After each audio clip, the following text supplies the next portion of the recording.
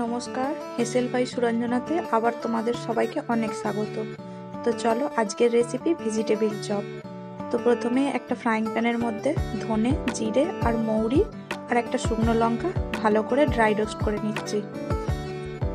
করে এটাকে আমি একটা পাউডার বানিয়ে রেখে দেবো। এরপর কড়াইতে তেল দিয়েছি আদা কুচি, কাঁচা লঙ্কা কুচি, গাজর, বিট দিয়ে ভালো করে এগুলোকে একটু নাড়িয়ে চাড়িয়ে ভেজে নেব।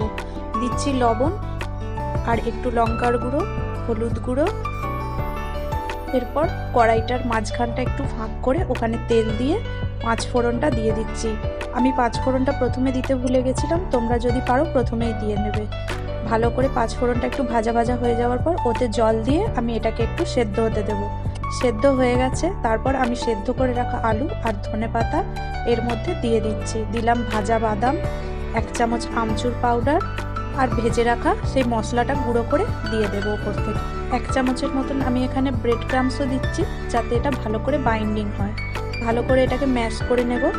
ম্যাশ করা হয়ে গেলে এটাকে নামিয়ে ঠান্ডা করে নেব। আর নামানোর পর আমি এতে দিয়েছি চিনি আর গোলমরিচ গুঁড়ো। হাতে তেল মাখিয়ে লম্বা লম্বা চপের আকারে শেপ দিয়ে দিচ্ছি।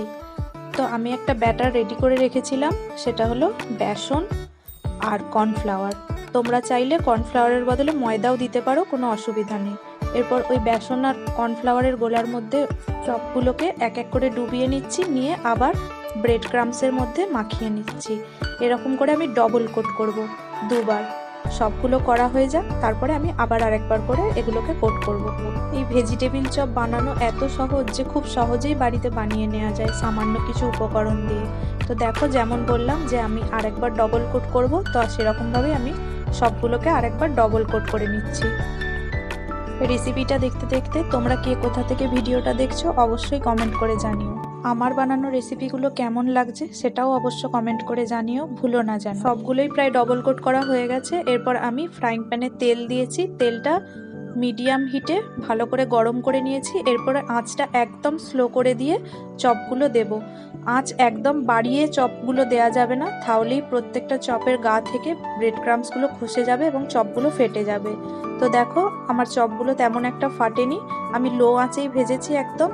তো ভাজা হয়ে গেছে। এরপর ওপর থেকে বিট নুন আর যে ভাজা মশলাটা বানিয়ে রেখেছিলাম ওটাই ওপর থেকে ছড়িয়ে দিচ্ছি। একটু কাসুন্দি আর স্যালাডের সাথে পরিবেশন করো, দারুণ লাগবে খেতে। তো কেমন হলো রেসিপিটা অবশ্যই কমেন্ট করে জানিও। ভালো লাগলে অবশ্যই লাইক, শেয়ার আর কমেন্ট করতে ভুলো না। তো আজ আসি, দেখা হবে পরের একটি নতুন ভিডিওতে।